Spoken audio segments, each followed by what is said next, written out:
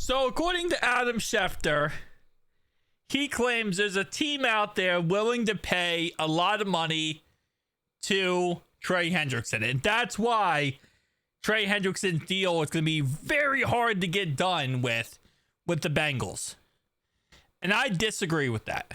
Well, I agree that there will be teams out there who will pay him a lot of money.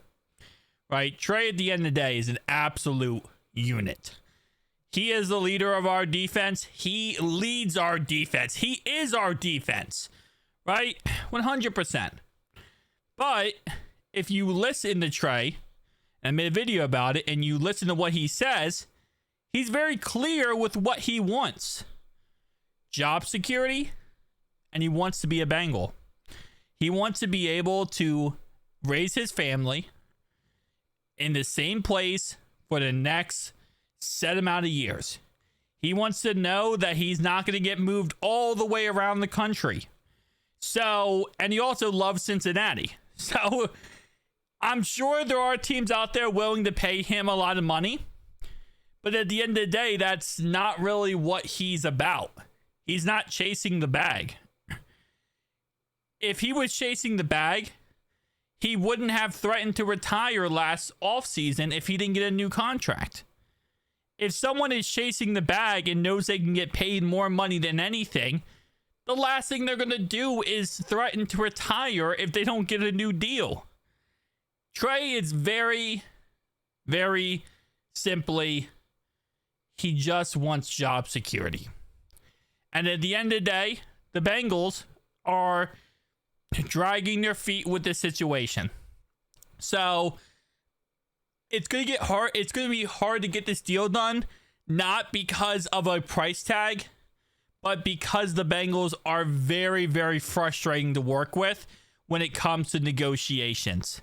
It's not an easy club to get a contract done with because they're going to try to nickel and dime you for everything you got to try to make the most money in return for them. So it is what it is at the end of the day. We know this contract is not done yet for a reason. And I 1000% will say, I don't think it's anything to do with Trey. I think this is fully on the Bengals side, and they're trying to nickel and dime. And it's a situation where I get it. Salary cap gymnastics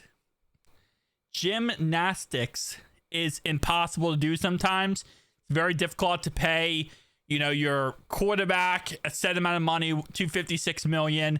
Pay your wide receiver quarterback one money, pay another receiver crazy money, and then also have an edge rusher who has 1 year left of his contract wanting a new contract. But at the end of the day, you got to get it done, right? And you can sit here and, twist your toes all you want. You can sit on your hands, but you got to get it done. And making it waiting for this to get done isn't going to fix anything. All it's going to do is raise the price of everything. The longer you wait to sign someone, the more money they cost. Because other players get signed. Other players get deals done. And we saw this with Jamar Chase. Some players have record-setting seasons after, they were supposed to get paid. So it's this back and forth. And it's so frustrating. It's so frustrating when it comes to this because it's never going to be easy. It's never going to be simple. And I do want to give the Bengals some credit here. In general, contracts are always difficult, okay?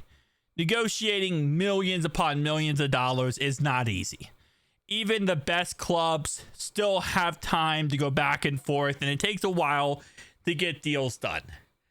But the Bengals make it even more frustrating. So you already have a very difficult process to go through. And then you have a team who seems like their mission is to make it a tad bit more difficult for no real reason at all. So it's that forever process. Just pay Trey. Just get a contract done. The thing that frustrates me so much about this deal is that he just wants job security, right? So if you wanted to, You could say, okay, Trey, here's how we're going to do this. We're going to get a contract done with you, but you're going to have to play out the remainder of your current contract. Meaning that his salary cap is not going to hit us or hurt us until after next year. Then you're going to have to, we're going to put a lot of your money toward the end of your contract in a signing bonus, but we're going to prorate it over 5 years. So you're not really going to count toward our salary cap hit pretty much until like 2030 on.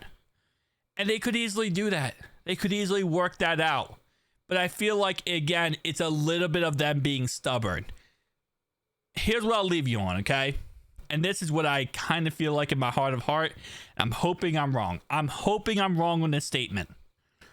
The reason why Trey doesn't have a contract on is because they just gave him one. They just gave him one less than a year and a half ago. And I do feel like the Bengals are very stubborn in that way, where if they just give you a contract, they're not just going to go back and give you another one. This is why he hasn't gotten a contract till now, because they're very stubborn, and it might not be money. It might just be principle. The Bengals are a team that will follow principle, and they will die on that hill. The motto, like, I will die on this hill. And if I'm going to follow my principles, my values, my ethics, I will die on this hill. That's the motto that the Bengals will follow, is they will refuse to do something based on what they perceive as, the way that they want to operate. So, we'll see. Peace out.